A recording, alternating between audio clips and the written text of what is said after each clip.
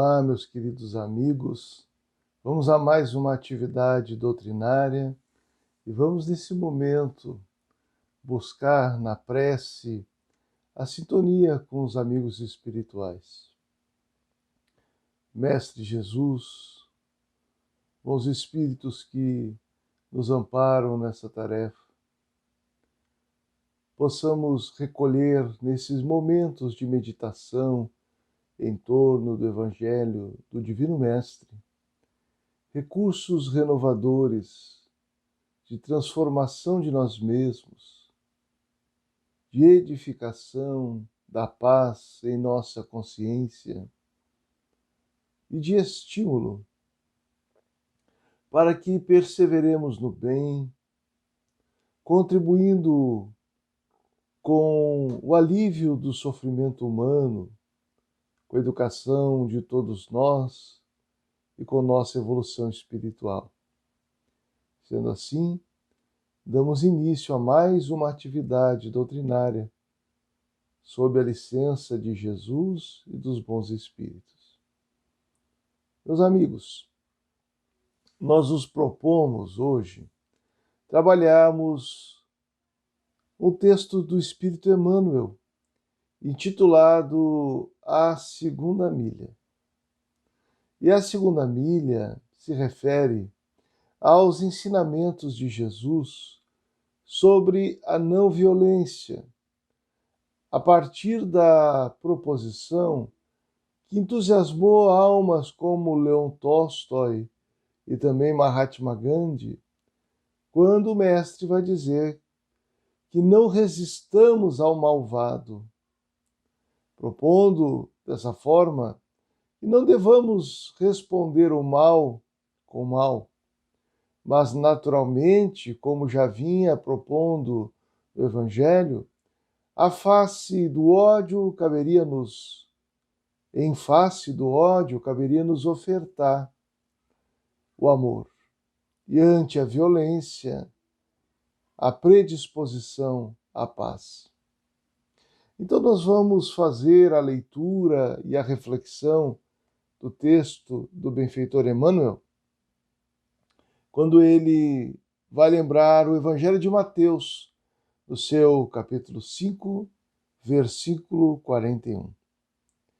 E quem te compelir a caminhar 1 milha, vai com ele 2. Alguns estudiosos vão lembrar que era uma prerrogativa dos dominadores romanos ante a comunidade de hebreus a possibilidade de requisitar um hebreu que estivesse na via pública para fazê-lo auxiliar até 1,5 km, o equivalente à milha, para carregar coisas suas, apoiá-lo em algum trabalho braçal, enquanto isso se fizesse necessário. Era um direito daqueles que impunham o seu poder ao povo hebreu, e nesse caso, Roma. Muito bem. Jesus sabia que essa experiência era por demais humilhante, dos dominados caminharem 1 milha com os que dominam, do hebreu, à época, orgulhoso ante a leitura que a lei lhe permitia, o Torá, de compreender o seu trabalho, a sua vida, como profundamente enraizada numa aliança especial com Deus, com as próprias perspectivas de povo escolhido. Havia um orgulho de raça, como se refere o Espírito Emmanuel, no próprio povo hebreu, avaliando a questão na obra O Caminho da Luz. E nós vamos identificar que essa experiência ultrajante que Roma impunha aos hebreus provocava muito ódio, revolta, desejo de vingança. E Jesus vai no cerne da questão, para nos ensinar que, diante das afrontas que a violência impõe ao nosso coração, que nós precisamos apresentar de pronto a atitude pacificadora. Então, Jesus recomenda aos seus discípulos que assumissem a atitude de caminhar uma segunda milha, caso alguém lhes exigisse caminhar a primeira milha, que era um direito estabelecido pelo Império Romano aos romanos, como já disse. Mas é claro que Jesus não está fazendo uma proposta que se prenda à literalidade. Ele está trazendo um contexto social, cultural, para propor mudanças profundas em nossas consciências. Está nos fazendo um convite há mais de 2000 anos para que tenhamos uma atitude de paciência alargada, que estabeleçamos uma ação pacificadora quando o conflito, a indisposição, a agressividade de alguém vem afetar-nos a paz. Mas nós vamos navegar nessa reflexão sobre a segunda milha com as considerações do Espírito de Emmanuel, este excelente estudioso do Evangelho, que vai nos apontar em um outro texto. O Evangelho é um verdadeiro sol de espiritualidade. E o nosso mundo precisa mais do que escolas religiosas sectárias, precisa de espiritualidade nos nossos corações, para que espiritualizemos também as nossas vivências religiosas. Emmanuel vai referir: as milhas a que se reportam os ensinamentos do Mestre são aquelas de nossa jornada espiritual, no processo de elevação cada dia.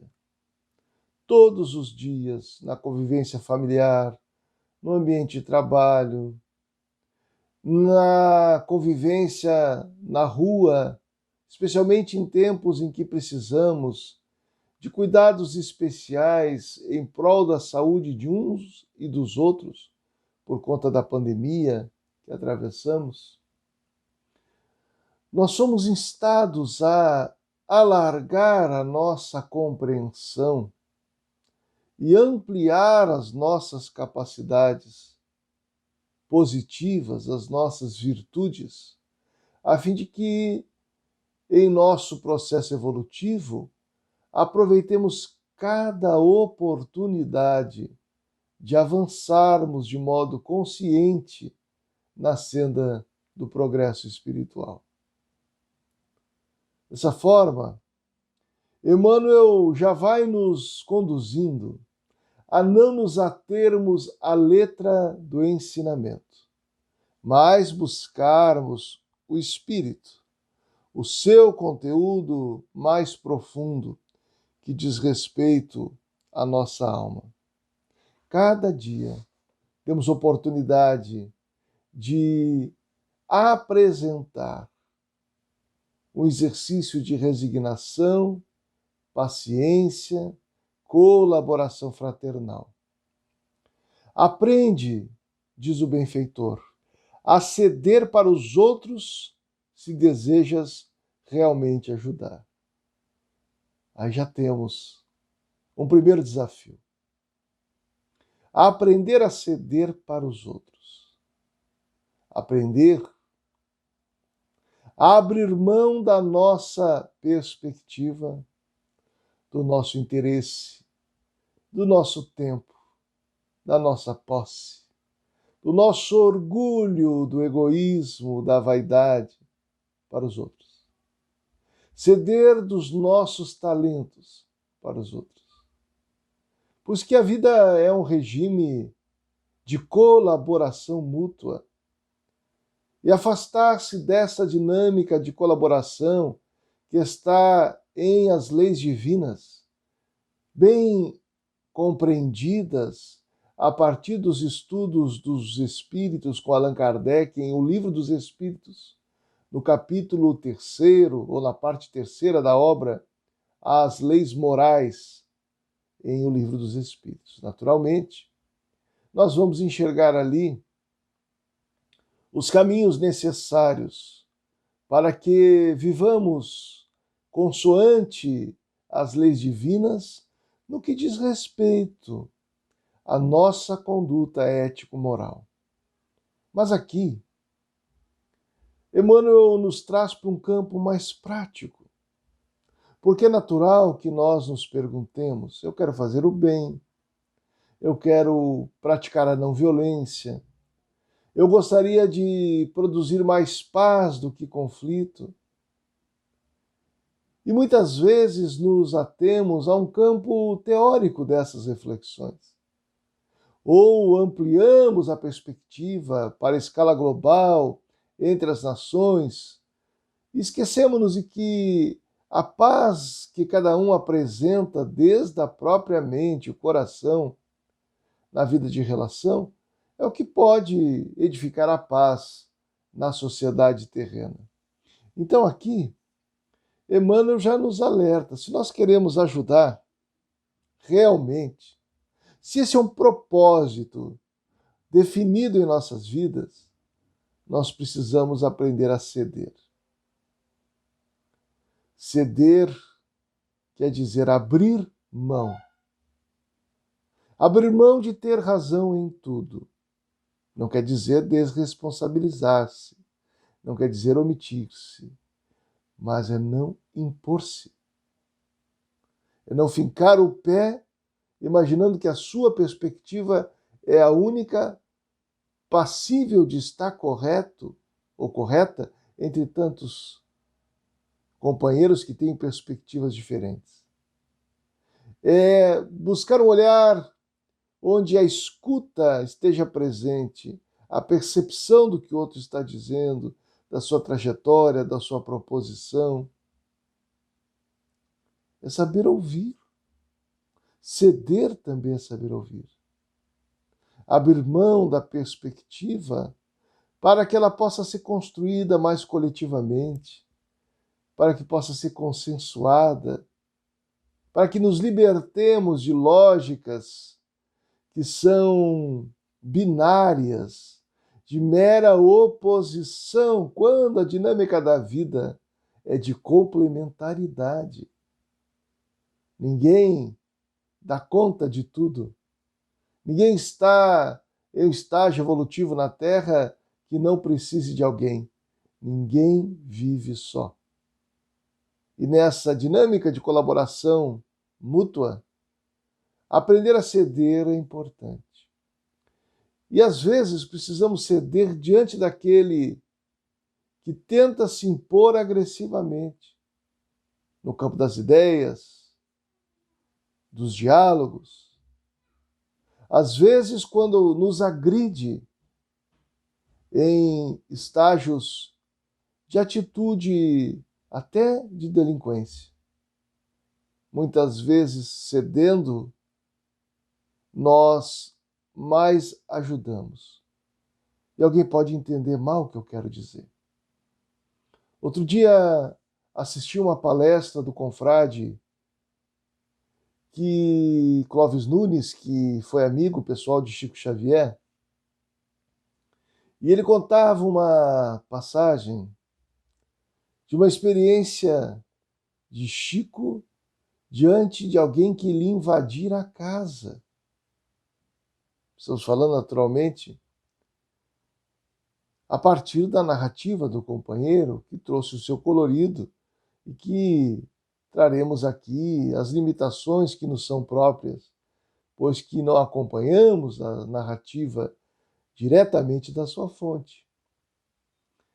Mas aquele homem adentra a casa de Chico Xavier, alta madrugada. Chico acorda, a pessoa com arma em punho, e lhe exige que lhe entregasse roupas. Chico, muito paciente, ajudou a pessoa a escolher a melhor roupa. Passou-lhe o que tinha em condições mais apropriadas. Pediu que a pessoa guardasse o revólver para evitar algum acidente.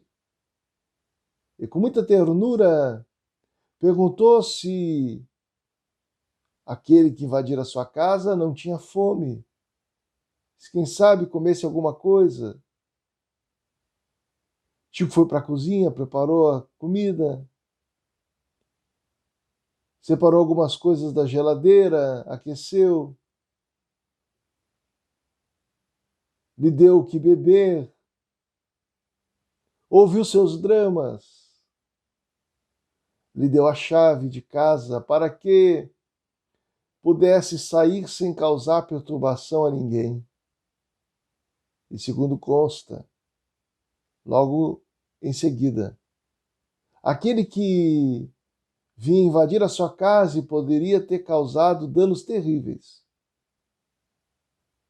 Envolvido naturalmente na vibração amorosa de um espírito que sabia amar e sabe, como Chico Xavier, apesar de ter cometido o crime de invadir uma propriedade, de mencionar a possibilidade de agredir alguém fisicamente com uma arma, sai de lá pacificado, sem produzir danos maiores, que não de levar sem pedir algumas roupas de Chico, ter jantado em sua casa e ter levado a chave. A atitude de Chico Xavier pode ser lida aqui por algum companheiro desavisado como uma postura de quem não teria abril pessoal, ou que talvez não tivesse a coragem necessária para o enfrentamento daquele que invadir a casa. O fato é que o que esse exemplo nos traz é que o amor não abraça em condição alguma a violência. A atitude própria daquele que ama é amar. Amar é fazer ao outro o que gostaria que o outro nos fizesse. Naturalmente, Chico Xavier compreendia que aquela atitude tresloucada trazia consigo a presença de alguém em profundo sofrimento, experienciando alguma tragédia pessoal que lhe conduzira à insensatez de invadir a sua casa, norteando de maneira equivocada o próprio livre-arbítrio e lançando-se também a possibilidade de matar ou morrer. Chico Xavier provavelmente sabia que ali não era um momento de litigar, de fazer a manutenção do conflito, tornando-o mais negativo ainda. Era necessário caminhar a segunda milha, ofertar a fraternidade ao malfeitor, mostrar-lhe que é possível conduzir-se de outra forma, que existe bondade ainda na terra. E tendo bondade, podemos ainda ter fé nas pessoas, e tendo fé nas pessoas, ainda podemos estender as mãos uns aos outros. Não era uma atitude ingênua, era uma atitude corajosa para a construção da paz em prol de dias melhores na terra. Essa era uma das tantas atitudes adotadas por Chico Xavier na construção da paz. Portanto, se eu quero ajudar, que eu aprenda a ceder. Que eu ceda a minha vez de falar, que eu ceda um pouco do meu tempo para uma causa nobre, que eu ceda um pouco do meu recurso econômico, do meu talento na área em que eu atuo, para que de maneira voluntária eu possa edificar dias melhores para alguém, que eu ceda no meu trabalho profissional o meu melhor, com a minha família, a minha presença autêntica. Na doutrina espírita, encontramos variadas oportunidades de trabalho voluntário, silencioso, operante, digno, que não raro vai nos chamar também à segunda milha em prol daqueles que sofrem e, sofrendo às vezes, agridem. As agressões podem ser mentais, verbais, físicas. Importa é não responder violência com violência, de forma que não alimentemos a espiral da violência e possamos construir um circuito virtuoso de pacificação íntima que traduza, logo mais, pacificação na terra. Não regenerarás o criminoso atormentando-lhe o campo íntimo com chibatas verbais. Não corrigirás o transviado à força de imposições humilhantes, e nem conquistarás a confiança curativa do enfermo, aprofundando-lhe as próprias chagas. Em qualquer problema que alcance as raízes da alma, é imprescindível penetrar o núcleo vivo da elaboração do pensamento e aí depositar a bendita semente da simpatia a favor da solução necessária. Ilustramos exatamente isso com esta passagem da vida de Chico Xavier. Mas o que é entrar em contato com o núcleo vivo da alma? O núcleo vivo da elaboração do pensamento? E entrar em contato com o próprio ser. É estabelecer uma conexão empática. É colocar-se de forma que seja possível sentir de forma não verbal, pelas vias da sensibilidade, o que o outro sente e compreender, ainda que tenhamos limites, a sua própria perspectiva, mesmo que não concordemos com ela. Mas para que possamos ofertar algo que seja superior àquela atitude desequilibrada. E para isso é necessário estruturar-se intimamente como um campo de paz, como uma estação de tranquilidade. Isso é possível se nos habituamos a cumprir nossos deveres, pautados em uma ética da compaixão, com o desejo de aliviar o sofrimento de todos os seres que transitamos nessa jornada em nossa casa comum terra, que, aliás, hoje é o dia 22 de abril, Dia Internacional da Mãe Terra, dia de nos lembrarmos, de cuidarmos desse nosso lar planetário, de modificarmos os indicadores de nossa pegada ecológica, de caminharmos uma segunda milha em prol de uma vida mais sustentável para os seres humanos, para os bichos, para as demais formas de vida do nosso ecossistema complexo. Vencer sem convencer é consolidar a discórdia. Então, se primeiro eu preciso chegar ao coração do outro para estabelecer simpatia, aproximação, logo mais, eu preciso é convencer, não impor meu ponto de vista, ajustando ao outro à força na minha perspectiva. Imaginemos na vida conjugal, o que é vencer sem convencer? É manter um clima de luta sempre.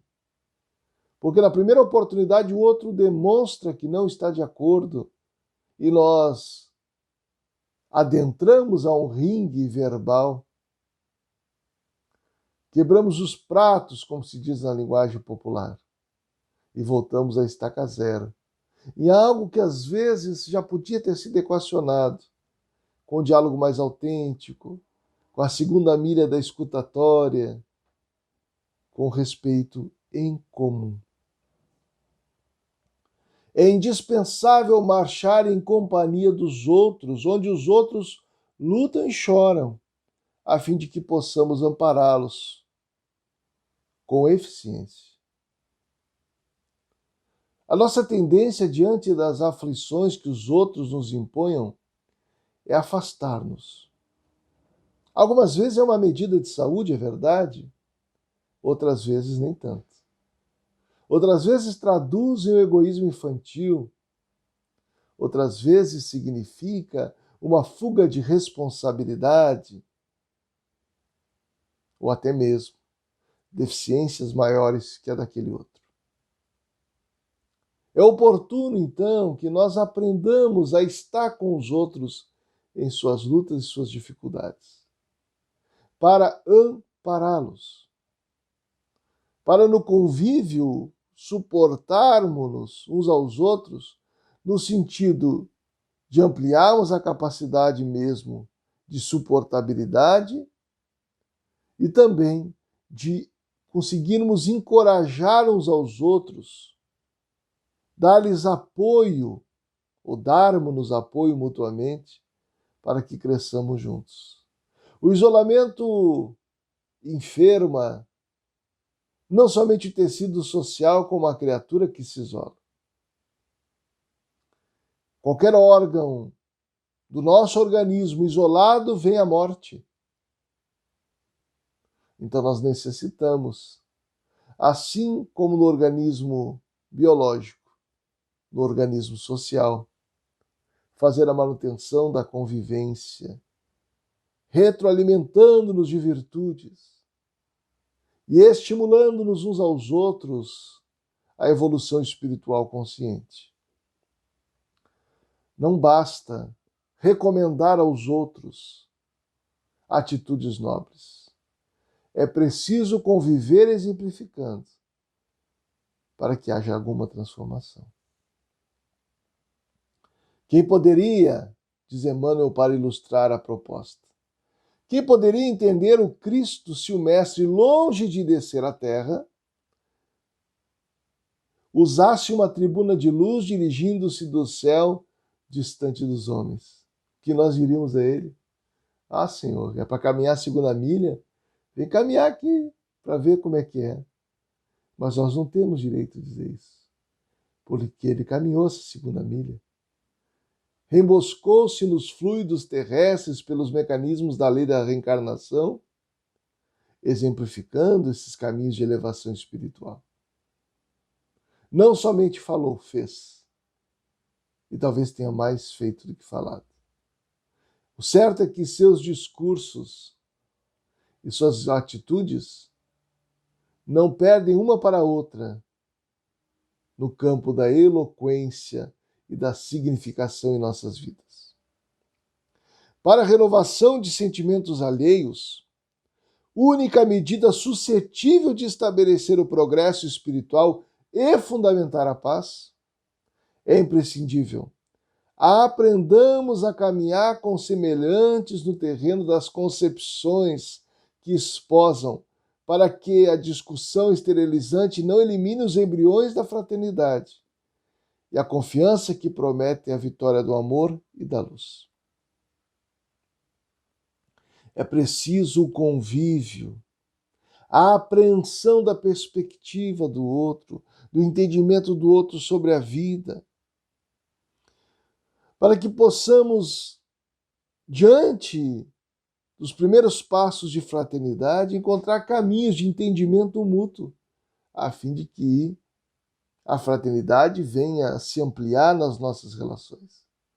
Isso não se dá sem escuta, sem convívio, ainda que seja virtual, sem trabalho em comum no campo do bem pela própria coletividade, onde vamos aprender a abrir mão dos interesses pessoais, onde nós vamos construir em nós recursos para, amparando-nos mutuamente, crescemos do ponto de vista individual na escala espírita.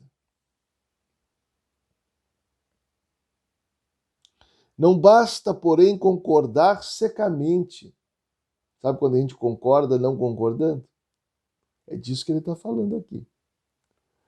Não basta, porém, concordar secamente, como quem se desvencilha de um fardo desagradável.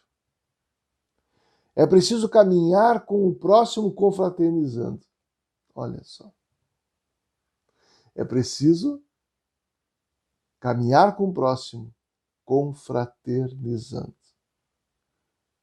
mantendo a fraternidade recíproca, experienciando um sentido de irmandade ante a paternidade do Pai Celeste, exercitando uma atitude de quem sente o outro e os demais seres da vida como seus irmãos.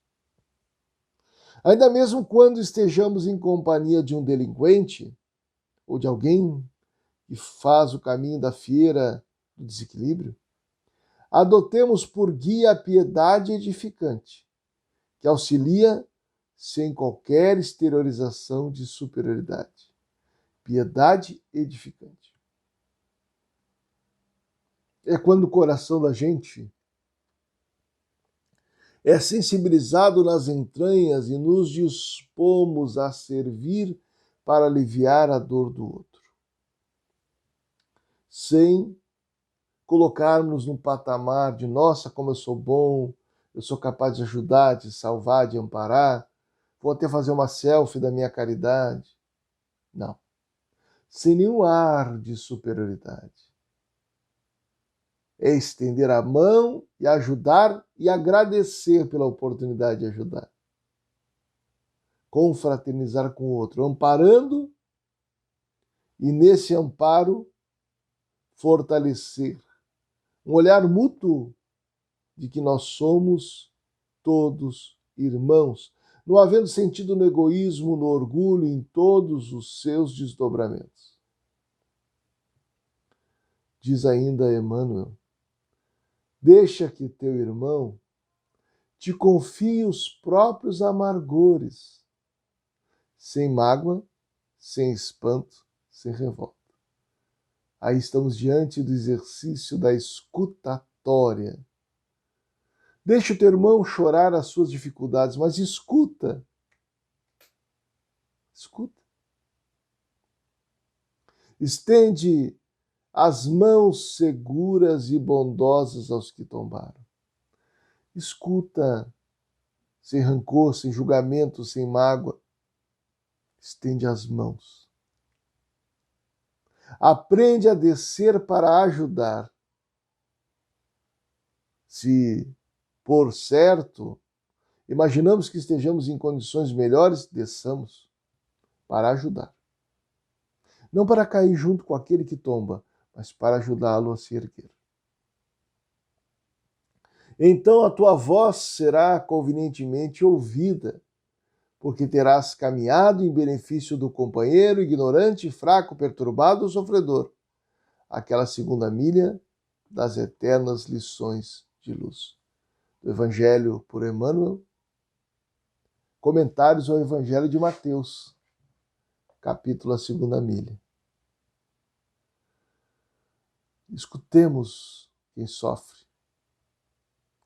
Desçamos para ajudar, se estivermos, de fato, em condições mais confortáveis. E não esqueçamos-nos de que, estabelecendo benefícios para todas as criaturas,